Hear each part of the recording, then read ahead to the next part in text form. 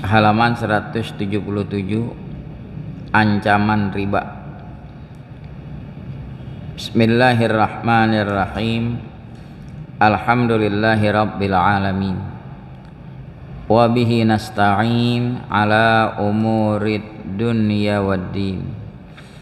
Wassalatu wassalamu ala asyrafil anbiya'i wal mursalin Sayyidina Muhammadin wa ala alihi wa sahbihi ajma'in, amma ba'du.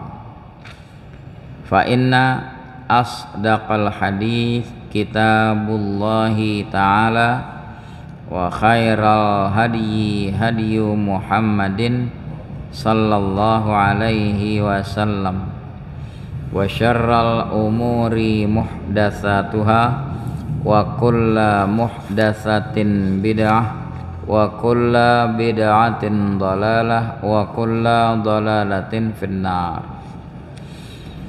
Qala Syekhul Musannif rahimahullahu ta'ala wa adaman naf'a bihi wa bi barakati ulumihi wa bikum fid daraini amin. Radhiyallahu ankum qala radhiyallahu an.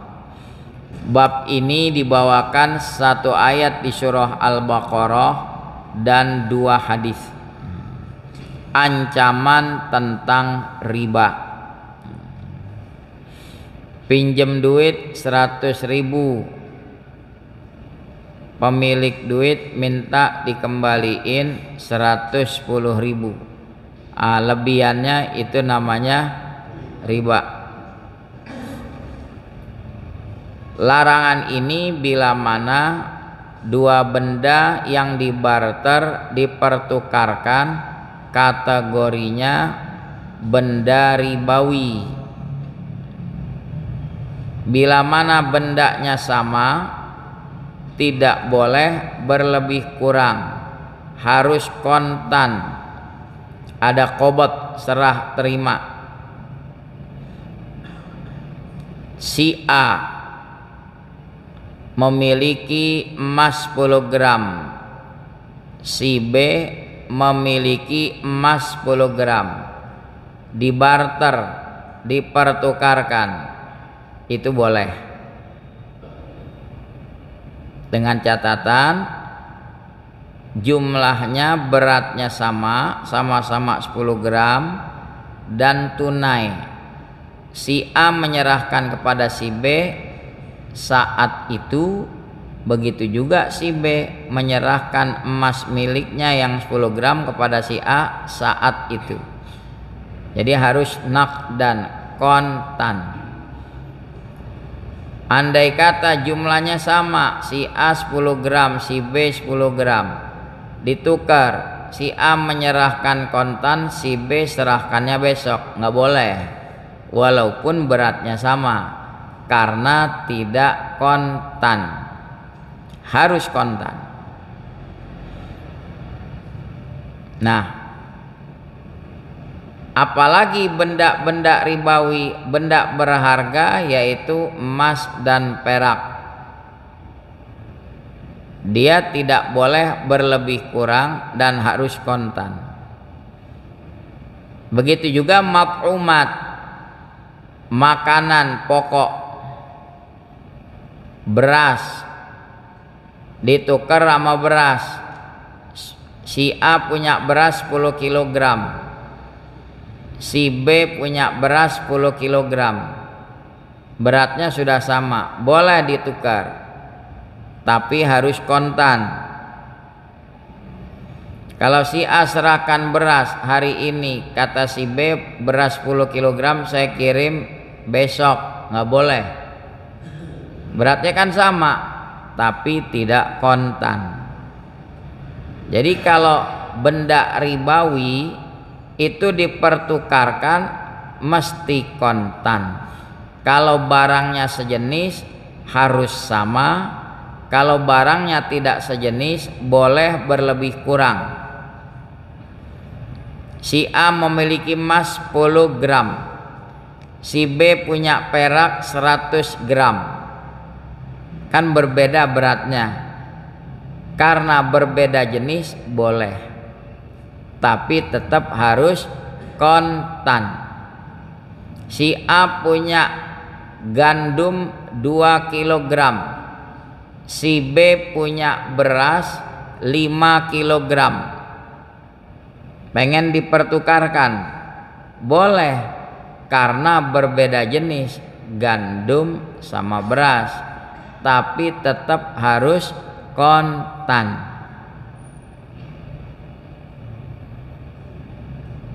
Sekarang kita tanya diri kita, ada nggak yang suka ngutang beras? Ditagih galak lagi. Beras itu sama seperti gandum mat'umat, benda ribawi, boleh kita beli kontan.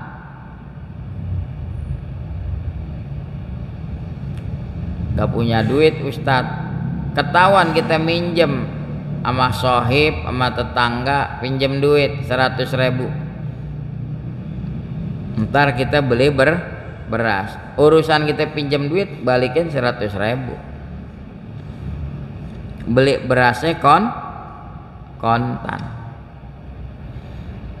Sekarang hadirin nganter istri ke toko perhiasan, dia minta beliin cincin emas 10 gram. Kita keluarin kartu, kita gesek, boleh apa enggak? Kontan apa enggak? Kartu apa dulu? Kalau kartu debit, saldo kita ada enggak di situ? Ada, kontan namanya. Tapi kalau kartu kredit, ngutang, gimana tuh? Harus kontan.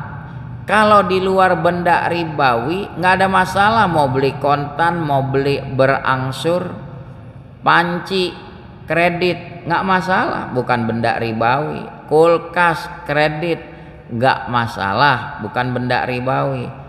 Beli motor, mau kontan boleh, mau kredit boleh, nggak masalah, karena barangnya bukan benda ribawi. Cuma yang jadi masalah, akad kreditnya ada pihak ketiga, namanya apa? Leasing. Robbul malnya kan bank, pemilik duitnya siapa? Bank. Kita datang ke bank, saya butuh motor 1 unit tipe anu tahun sekian, ya, saya punya kemampuan mengangsur tiap bulan sekian selama sekian tahun. Nanti dihitungkan oleh bank, cari motor. Jadi bank yang membeli motor, kita bayarnya sama bank secara angsur, nggak ada masalah. Syekh Nuruddin Marbu pernah membahas itu. Yang jadi masalah ada penengah. Kita bayar ngangsurnya sama siapa? Sama leasing. Leasing sendiri emang punya duit, dia kemana? Ke bank.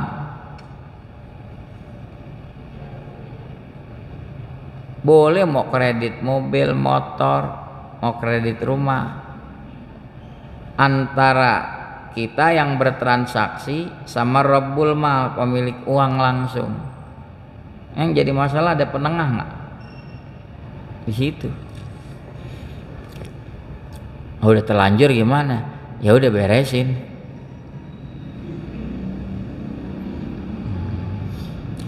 Tapi kalau perumahan sih rata-rata langsung ya sama bank. Cuma yang lebih sering apa nih? Kendaraan, motor, mobil.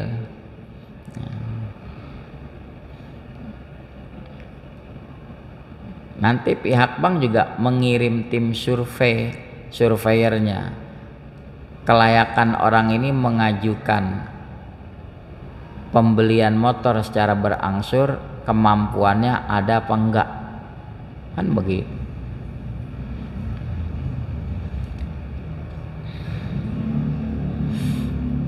Kalau dalam bab muamalah boleh enggak ya kita minjemin duit sama orang yang dia memang tidak punya sumber buat mengangsur? Haram. Begitu di kitab Sulamul Mubtadi. Kita udah tahu dia kagak punya sumber. Nah, kan kita mau bantu orang. Nah, jangan mencekek dia. Yang Anda ajukan sebesar itu saya nggak mampu. Tapi ini ada kemampuan saya buat membantu Anda saja. Nggak usah minjem. Kita nggak ada beban kan? Buat apa ini? Buat berobat. Anak aneh perlu tebus obat. Ini resepnya. Ya udah. Kenapa? Kasihan orang nggak punya sumber, kadang-kadang terlalu berani mengajukan pinjaman. Sumbernya dari mana?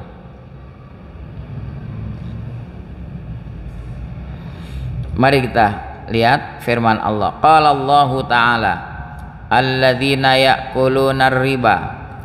Bermula orang-orang yang memakan riba. Kalimatnya kan memakan. Kadang-kadang ngeles juga orang. Tuh yang nggak boleh makan riba. Kalau bunganya dipakai buat bayar listrik nggak apa-apa.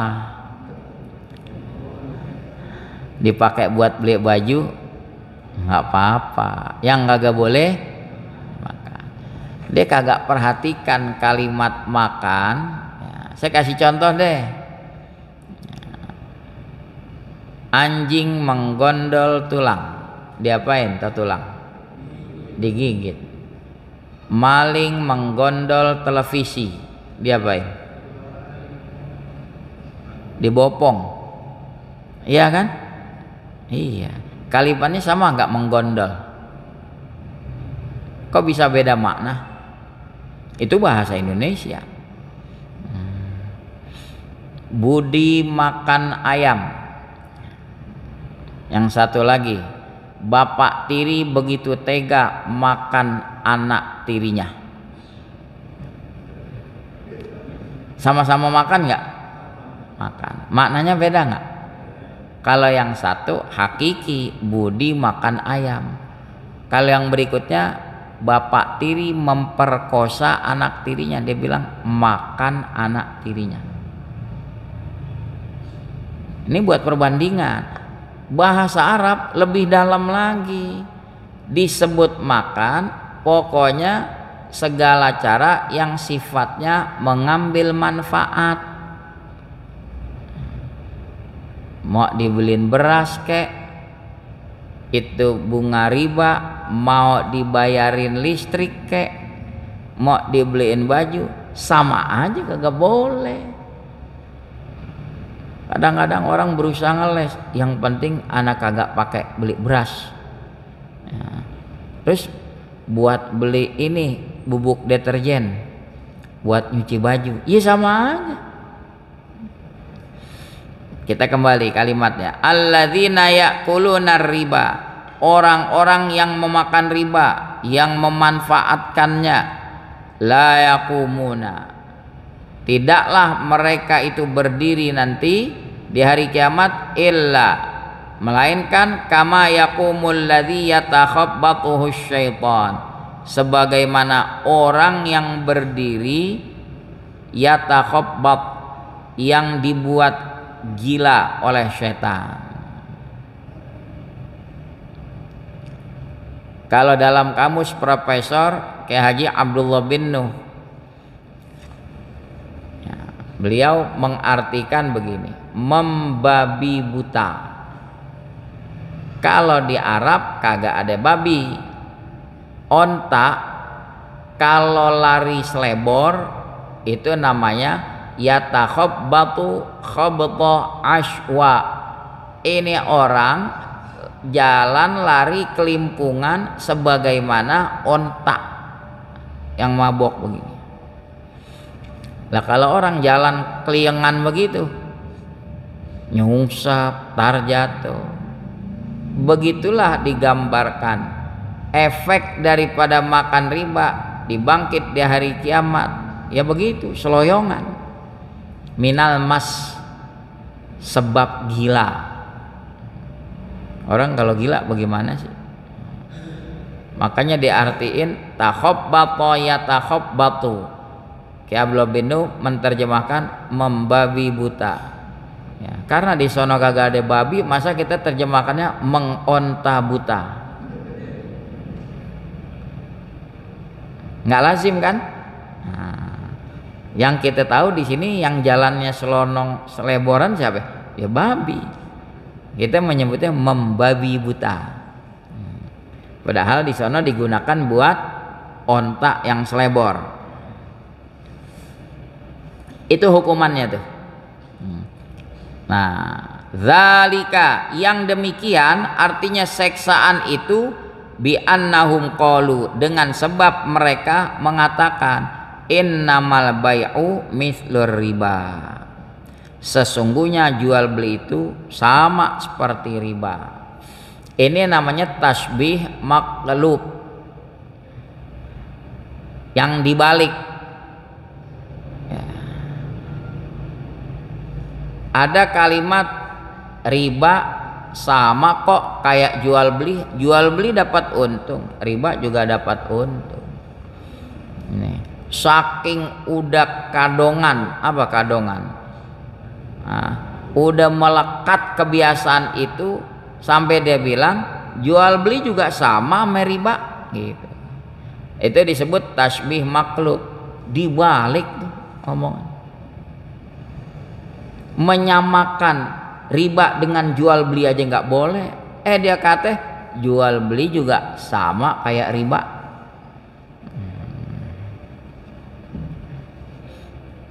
Makanya Allah bantah omongan orang-orang yang biasa makan riba. Wa ahallallahul bai'a, Allah halalkan jual beli. Wa harramar riba, Allah haramkan riba. Berarti jual beli berbeda jauh dengan riba. Jadi jual beli bit taksid berangsur boleh, tidak ada riba? Tidak. Jual beli berbeda dengan pinjam duit. Misalnya ini duit kita pinjam sama si A, ya, pinjamnya 200.000, balikinnya lagi 200, bukan jual beli. Dia kenakan bunganya 10%, jadi 220.000. 20.000-nya apa? Riba.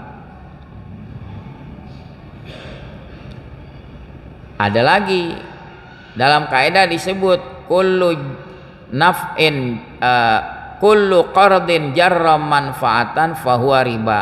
Setiap pinjaman yang bisa menarik keuntungan itu juga riba. Ya. Pak Taufik pinjam duit sama Ustadz Nalim 500.000. Buat apaan? Buat berobat. Ustadz Nalim bilang, ya udah ane ambil ke dalam. Oh iya, motor ane kotor, cuciin, ntar ane pinjemin. Ya Pak Taufik mau kagak mau, orang dia butuh pengen nebus obat, dicuciin tuh motor. Tuh nyuci motornya riba tuh. Ustadz Nalim nggak minta lebihan 600.000, dia pulangin tetap 500, cuma memanfaatkan orang yang mengajukan pinjaman. Atau ya Haji Abdullah pinjam duit sama Ustadz Nalim 500.000, minggu depan ntar dipulangin. Dia tahu, Ustadz Nalim tahu Haji Abdullah pinter mijit. Ntar aneh pinjemin, pijitin dulu, gue lagi pegel nih. Tuh mijit ini riba tuh. Tetangga kita ketahuan dia butuh buat kebutuhan sekolah anaknya. Pak Haji pinjem duit 500, minggu depan kita pulangin. Oh boleh. Oh ya, di belakang pembantu saya lagi pulang kampung, cuciin piring dulu ya, itu banyak piring kotor, ntar saya pinjemin deh. Waduh Pak Haji, saya mau buru-buru ngantar anak sekolah.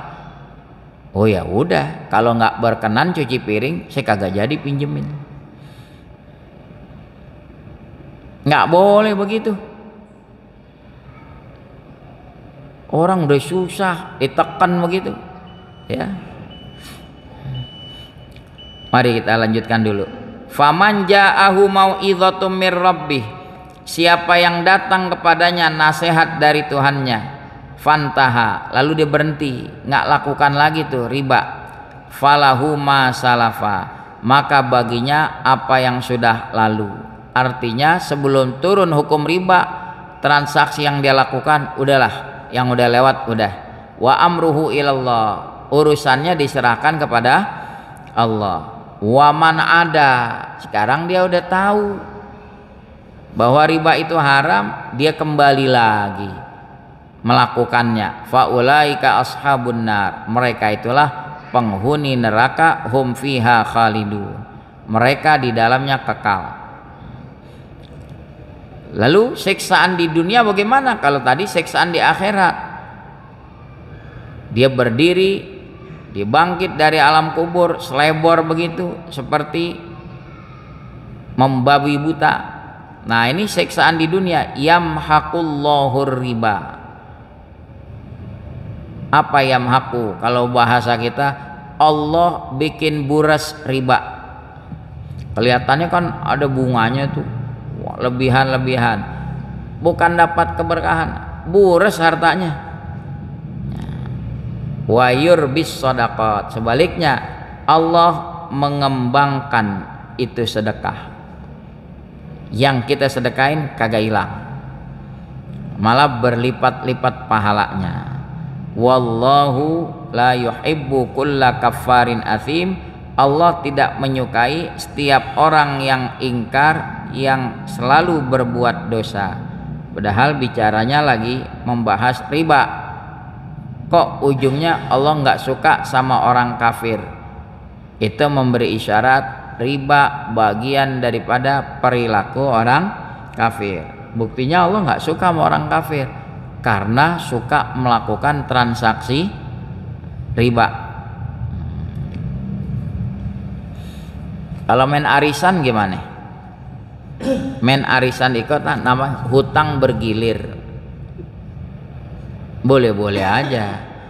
Akan jadi tidak boleh kocokan keluar atas nama Ustadz Nalim, dapat deh 10 juta. Pak Taufik kocokan belum keluar tapi dia butuh. Ustadz Nalim, ane duluan deh, ana beli kocokan ente. Beli kocokan, ntar anda beli 500.000. Ustadz Nalim berkenan tuh, dia kasih 10 juta, lalu dia balikin, Pak Taufik kasih 500.000.